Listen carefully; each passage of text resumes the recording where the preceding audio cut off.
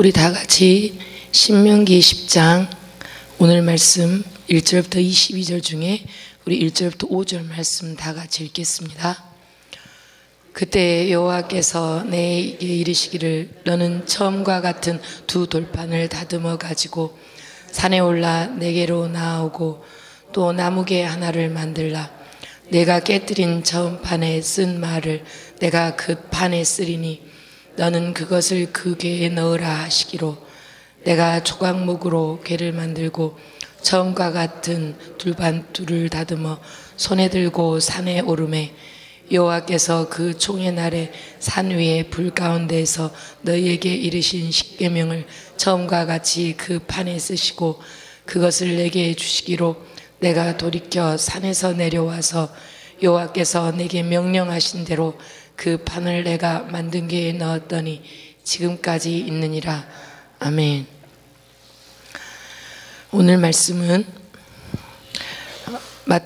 모세가 시내산에서 십계명을 받고 내려온 후에 아론이 명하여서 금송아지를 이스라엘 백성들이 숭배하고 있었습니다. 그리고 나서 모세가 두 돌판으로 그 금송아지를 깼습니다. 그리고 난 이후의 말씀입니다. 여호와께서 다시 모세에게 말씀하시기를 너는 처음과 같은 두 돌판을 다듬어 가지고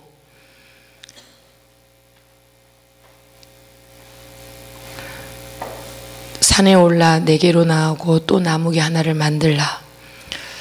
제가 1절 말씀을 읽으면서 처음과 같은 두 돌판 이 말씀을 많이 묵상하게 되었습니다. 하나님께서 그냥 두 돌판을 다시 다듬어 가지고 오라고 할 수 있는데 왜 처음과 같은 두 돌판을 다듬어 가지고 오라고 하셨을까? 처음과 같은 이스라엘 백성들이 광야 생활을 지나면서 오로지 하나님만 바라보고 하나님께서 불기둥 구름기로 인도하셨던 무조건 하나님만 따르고 순종해야만 하는 그 첫 마음입니다.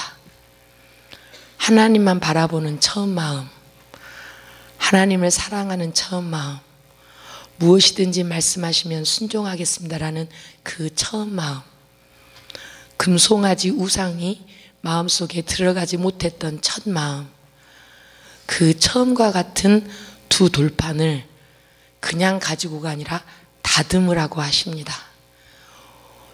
다듬어서 내 마음은 똑같은 게 아니구나. 항상 깨어서 다듬어야만이 주님이 쓰실 만한 마음이 되는구나.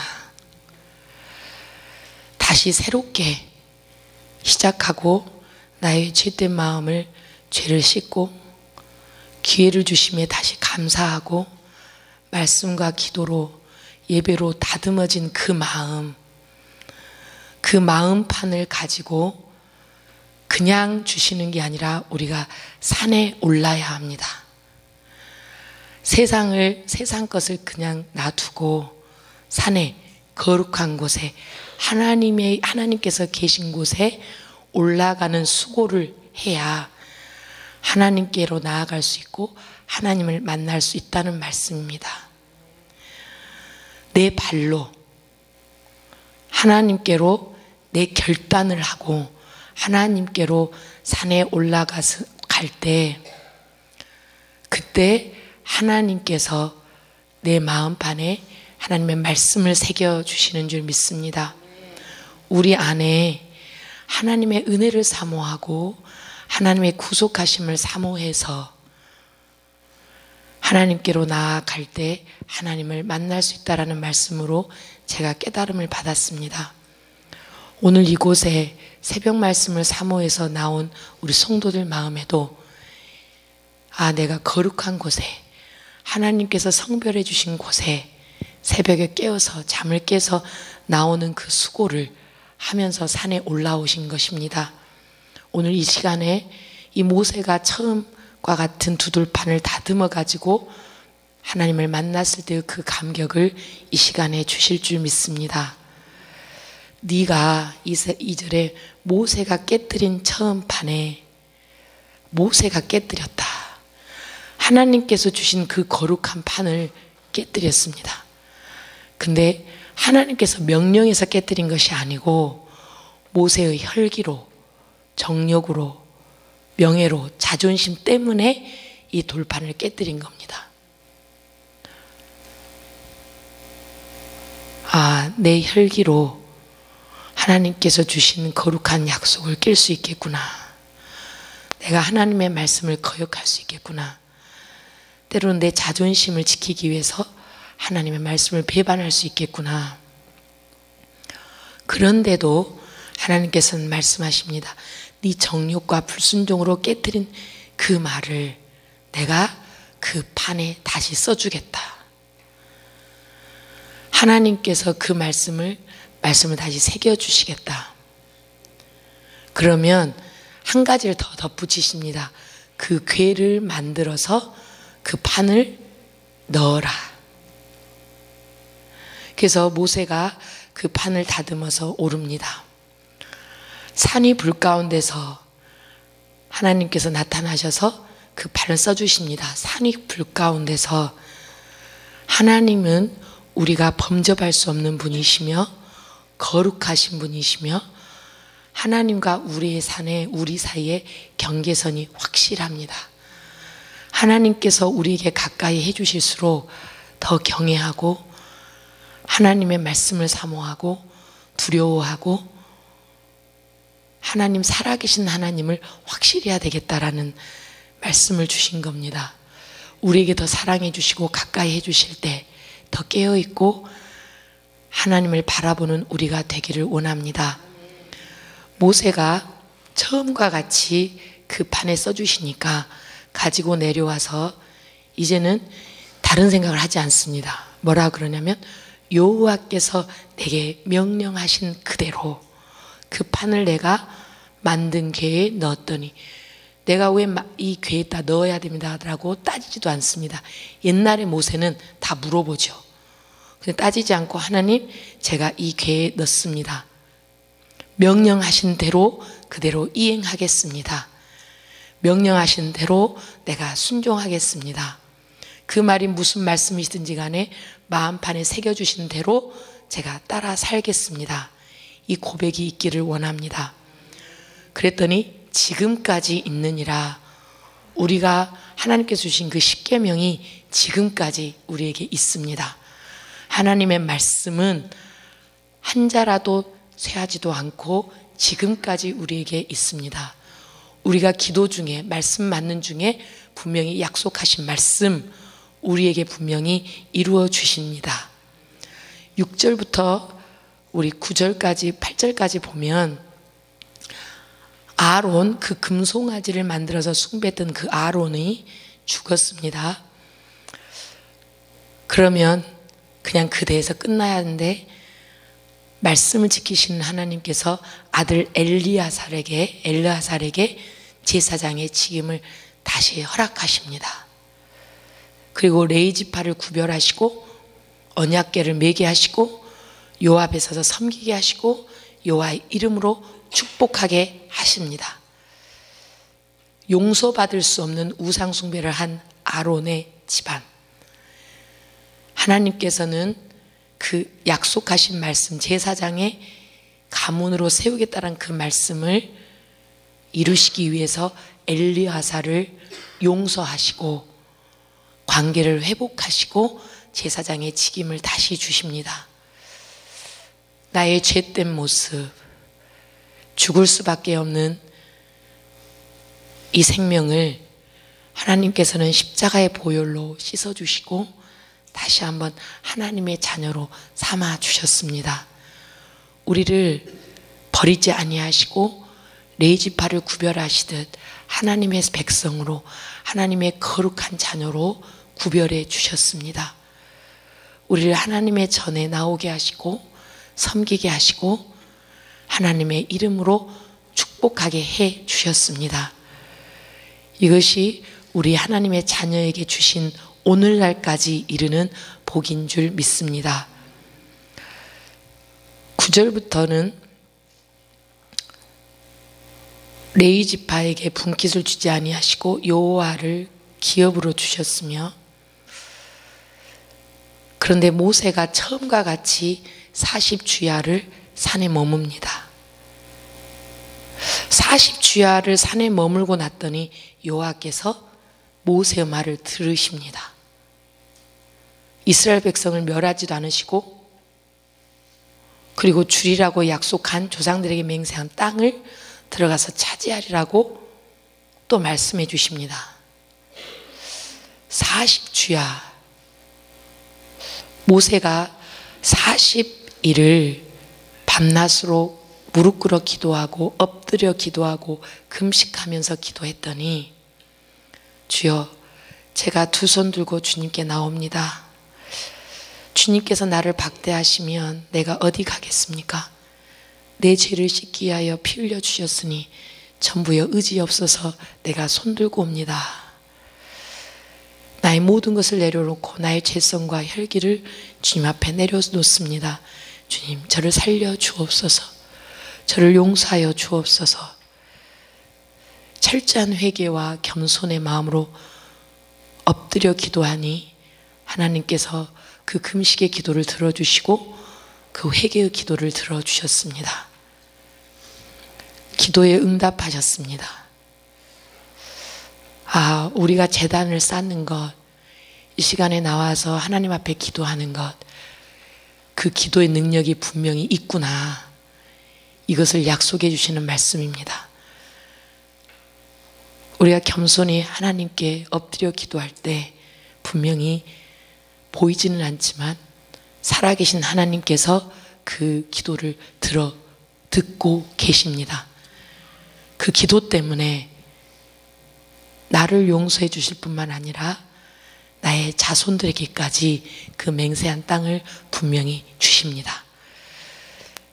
12절부터는 하나님께서는 요구하십니다. 주인 말씀처럼 여호와를 경외하고 모든 도를 행하고 하나님을 사랑하며 마음을 다하고 뜻을 다하고 여호와를 섬기라. 그리고 너의 마음에 할례를 행하고 다시는 목을 곧게 하지 말라고 말씀하십니다. 전 15절 말씀에서 오직 내 조상들을 기뻐하시고 그들을 사랑하사 그들의 후손은 너희를 만민 중에서 택하겠음이 오늘과 같으니라. 제가 여러분을 생각했습니다. 여호와께서 오직 우리의 성도들을 기뻐하시고 성도들을 사랑하사 여러분들의 후손들을 만민 중에서 택하셔서 이스라엘 백성처럼 이 시간까지 축복하시는 것처럼 여러분의 후손을 축복하시겠다는 약속의 말씀으로 받았습니다. 아멘입니까? 우리의 수고함, 우리의 부르짖음 분명히 기억하신 하나님께서 우리를 사랑하셔서 우리 자손대까지 그 약속을 지키게 계셨다고 약속하시는 겁니다. 이 말씀을 여러분 기억하시고 힘을 내시기 바랍니다. 17절부터는 하나님은 신 가운데 신이시고 주 가운데 주이시며 능하신 분입니다. 그런데 우리에게 말씀하시죠. 외모로 보지 않는다. 내가 너를 외모로 보지 않는다. 너의 믿음을 본다. 뇌물을 받지 아니하시며 가부를 위하여 정의를 행하시고 나그네를 사랑하셔서 떡과 옷을 주십니다. 주보에 나온 오늘 학가다 말씀입니다. 19절 말씀 다 같이 읽어보겠습니다. 너희는 나그네를 사랑하라. 전에 너희도 애굽 땅에서 나그네 되었음이니라. 제가 이 말씀을 묵상하면서 나그네를 사랑하라. 왜냐하면 너도 애굽 땅에서 나그네 되었다. 육적으로 우리가 떡과 옷을 주시라고 기도하는 나그네였고 방황하는 나그네였는데 가장 귀한 것은 영적으로 주님을 만나지 못했을 때의 방황하는 나그네였습니다. 마음 둘 곳이 없어서 세상 것에 마음 두면서 방황하고 나를 사랑하는 사람이 없어서, 나를 돌아보는 사람이 아무도 없어서 춥고 외롭고 슬픈 나그네였습니다. 그 나그네였던 우리를, 애굽 땅에서, 세상 땅에서 나그네였던 우리를 하나님께서 기억하셨고 우리를 먹여주셨고 입혀주셨고 안아주셨습니다. 그 나그네 되었던 시절을 기억하면서 오늘 우리가 하나님의 사랑에 감격 감사하고 날마다 먹여주시고 입혀주시고 손을 놓지 않으시는 하나님, 불꽃 같은 눈동자로 지켜주시며 내가 너를 사랑한다고 말씀해 주시는 그 하나님 기억하시기 바랍니다. 그 사랑을 우리뿐만 아니라 세상에서 방황하는 영혼들, 그 영혼들을 위해서 부르짖어 기도하며 사랑의 손길을 내미시기 바랍니다. 우리 청년들이 임금 꺾임이라고 있어요. 그게 뭐냐면 시간을 9시부터 일 시작하는데 7시 반에 나오라 그래요. 근데 임금은 1시간 반을 안 줘요. 외로운 생활이죠. 착취를 당하죠. 제가 이 청년들을 생각했습니다. 우리 그 자녀들 교회에서뿐만 아니라 여러분 세상에서 살아갈 때 모르는 사람이라도 용기를 주는 말, 저들이 우리의 나그네고 이웃이다, 붙잡아 주시고 따뜻한 말, 그리고 우리가 안 보이는, 우리가 살지만 잘 모르는 사람이라도 용기는 주는 말, 떡 한 덩이라도 나누는, 따뜻한 차 한 잔이라도 나누는, 그래서 우리가 베푸는 삶, 나누는 삶이 됐을 때 이 세상이 바뀌겠다라는 그 생각이 강하게 들었습니다. 여러분, 다른 사람이 아니라 우리 한 사람 한 사람이 세상을 바꿀 수 있습니다. 나그네 된 자를 함께 손을 붙잡고 따뜻하게 주님 품으로 안을 때 하나님께서 원하시는 천국의 삶이 이 땅에서 이루어질 줄 믿습니다. 우리 22절에 조상들이 겨우 70인이었으나 내 하나님 여호와께서 너를 하늘의 별같이 많게 하셨느니라. 우리를 버리지 아니하시고 처음과 같은 첫사랑으로 하나님을 만나기 원할 때 우리를 나그네로 버려두지 아니하시고 우리를 자녀 삼아 주셨는데, 그것도 하나님의 사랑에는 차지 않아서 인간의 방법으로는 할 수 없지만 하나님의 방법으로 70인을 하늘의 별같이 많게 하시는 그 하나님의 능력이 우리에게 있습니다. 70인을 하늘의 별같이 많게 하셨는데 인간의 방법으로든 생각할 수 없는, 인간의 일로는 생각할 수 없는 기적을 이루신 하나님이, 이 이스라엘의 하나님이 분명히 오늘 우리의 하나님이십니다. 우리를 하나님께서 별과 같이 많게 하시겠다. 내가 너희를, 너희의 자손을 별과 같이 많게 하겠다. 나의 기적의 손이 너와 너의 자손에게 함께 하겠다. 여러분, 하나님께서 주신 규례와 명령을 지키면 내가 이렇게 해주겠다라고 약속하십니다. 우리가 좌절하고 살아갈 힘이 없습니까? 오늘 이 말씀을 붙잡고 일어나시기 바랍니다. 기적의 하나님, 하늘의 별과 같이 많게 하신 하나님이 우리의 손을 붙잡고 이기게 해주실 줄 믿습니다. 선택받은 자녀로 평생 신실하게 살아가겠습니다. 이 고백을 하는 순간 모든 것이 변화될 줄 믿습니다. 오늘 이 말씀을 붙들고 간절히 기도하며 모세처럼 기도에 응답하신 하나님을 만나시는 하루가 되시기를 주 예수 그리스도의 이름으로 축원합니다. 아멘. 기도하겠습니다.